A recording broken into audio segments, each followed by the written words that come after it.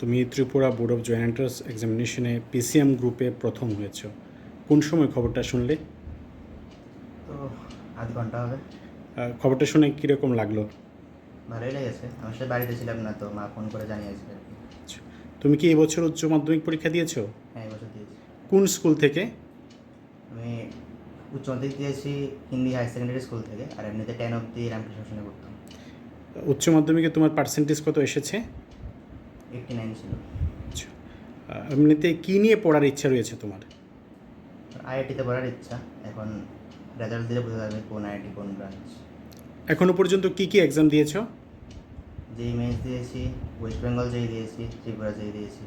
আচ্ছা, যেই মেন্সে কীরকম এসেছে কাট অফ মার্কস? পার্সেন্টাইল ছিল 99.37। আচ্ছা, এক্সপেকটেশন কীরকম? এখন দেখি অ্যাডভান্স তো আইআইটিতেই পড়বো, এখন কোথায় পড়ি দেখি। আইআইটি কোন ব্রাঞ্চ নিয়ে পড়তে ইচ্ছা?